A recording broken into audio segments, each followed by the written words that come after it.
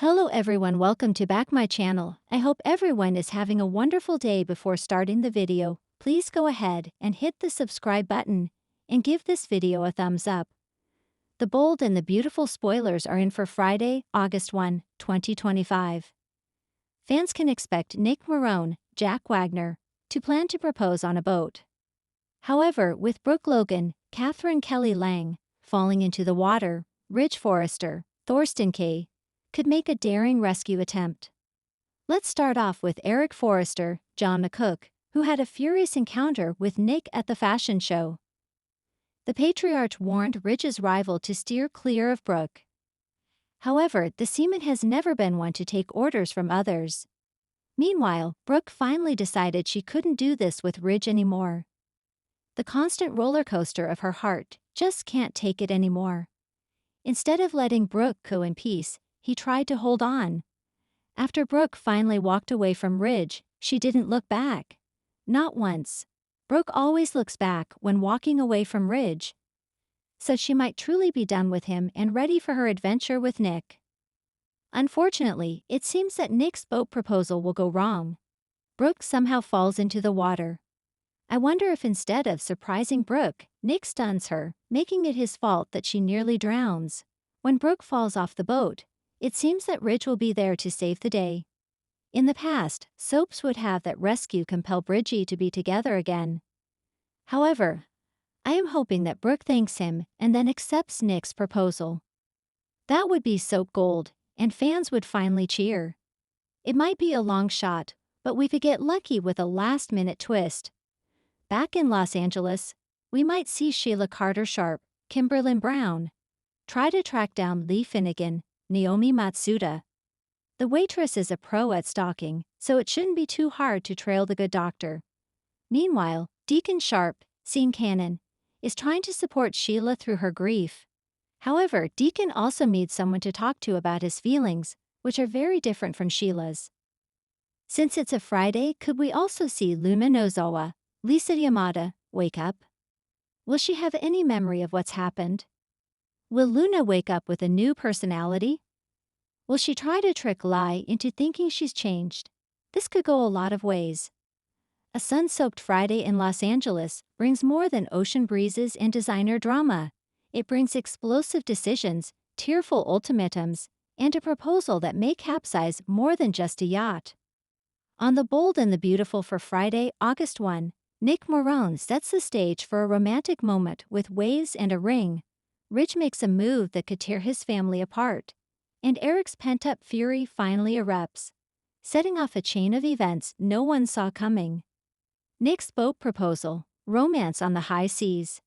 Nick Maroney, ever the charmer with a streak of unpredictability, has been circling Brooke Logan like a shark in familiar waters. After weeks of shared memories, heartfelt conversations, and undeniable chemistry reigniting between them, Nick is ready to take a leap. Literally and figuratively. The setting? His sailboat moored off the coast of Malibu. The same boat that once served as the backdrop to some of their most romantic moments. Brooke arrives, expecting a casual catch-up, perhaps a glass of wine and a shared sunset. What she doesn't know is that Nick has orchestrated every detail, from the roses scattered on deck to the soft jazz playing in the background. He welcomes her aboard, dressed in his signature rugged luxe style, and steers the conversation toward their past. Brooke is caught off guard when Nick recounts not just their best times, but his regrets. "I should have never let you go, Brooke. I've never stopped loving you."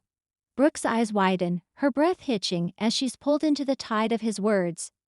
And then, in a bold theatrical move that only Nick Maroney could pull off, he drops to one knee and reveals a simple but stunning diamond ring. "Let's stop pretending we're not perfect for each other. Marry me, Brooke." Cue a shocked gasp, a swell of music, and the wide-open ocean as the backdrop to what could be one of the biggest decisions of her life.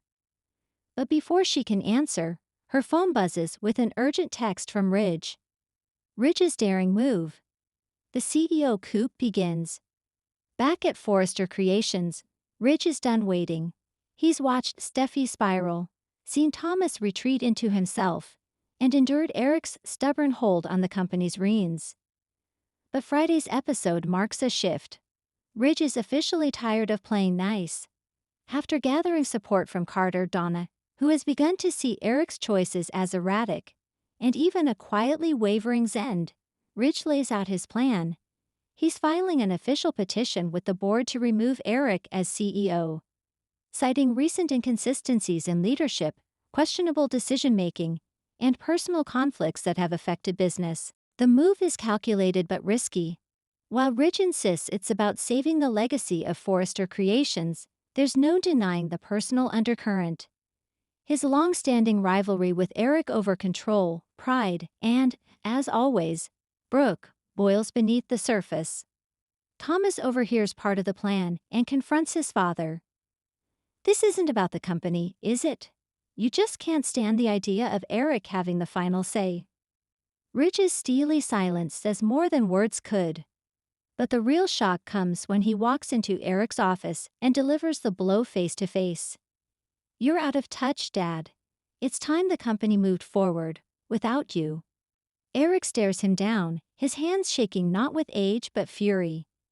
"You've finally become what I always feared, Ridge. Power-hungry and blind to loyalty." Lines are drawn, families are split, and Eric's fury isn't just bluster, it's the beginning of war. Eric's fury, the lion roars back. Eric Forrester is not a man who goes quietly, especially not when his life's work is under siege. After Ridge's stunning confrontation, Eric unleashes a storm. He summons a board meeting immediately, calling in allies both expected and unexpected, including Katie Thorne, via video call from Paris, and even Bill Spencer, who has a secret stake in the outcome thanks to his quiet investment in Forrester's overseas division. Eric's impassioned speech at the emergency meeting is a masterclass in legacy, vision, and ferocity. "This company was built on family, on my vision, and I will not be usurped by my own son, not without a fight." Meanwhile, Donna pleads with him privately to reconsider. "Eric, please, maybe it's time to pass the torch. You've been struggling and everyone sees it." But Eric's ego has taken a direct hit, and he won't be calmed. He makes a dramatic vow. "If Ridge wants a war, I'll give him one. But he won't win."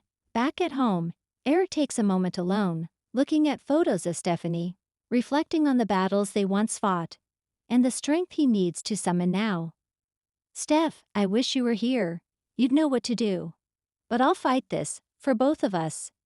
Expect this to be just the beginning of a company-wide conflict that will bring in alliances, betrayals, and perhaps even a few returning faces as the Forrester family fractures. Brooke caught in the middle. Meanwhile, Brooke is reeling.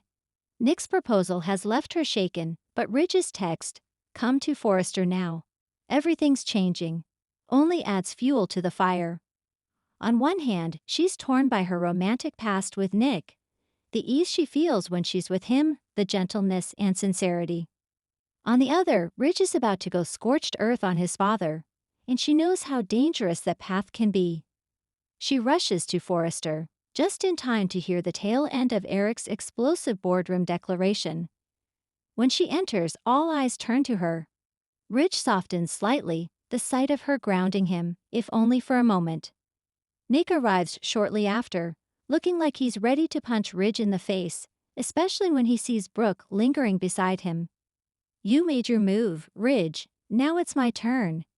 It's more than just a battle for Forrester. It's a battle for Brooke's heart, one Ridge may not be ready for. Off-screen for most of the day, Steffi Forrester is conspicuously absent from the Forrester chaos. But we learn through a cryptic call between her and Liam that she's watching, waiting. They are all making their moves, but none of them know what's really coming. Could Steffi be planning to reassert herself as the future of the company? Has she learned of Ridge's attempt to sideline Eric?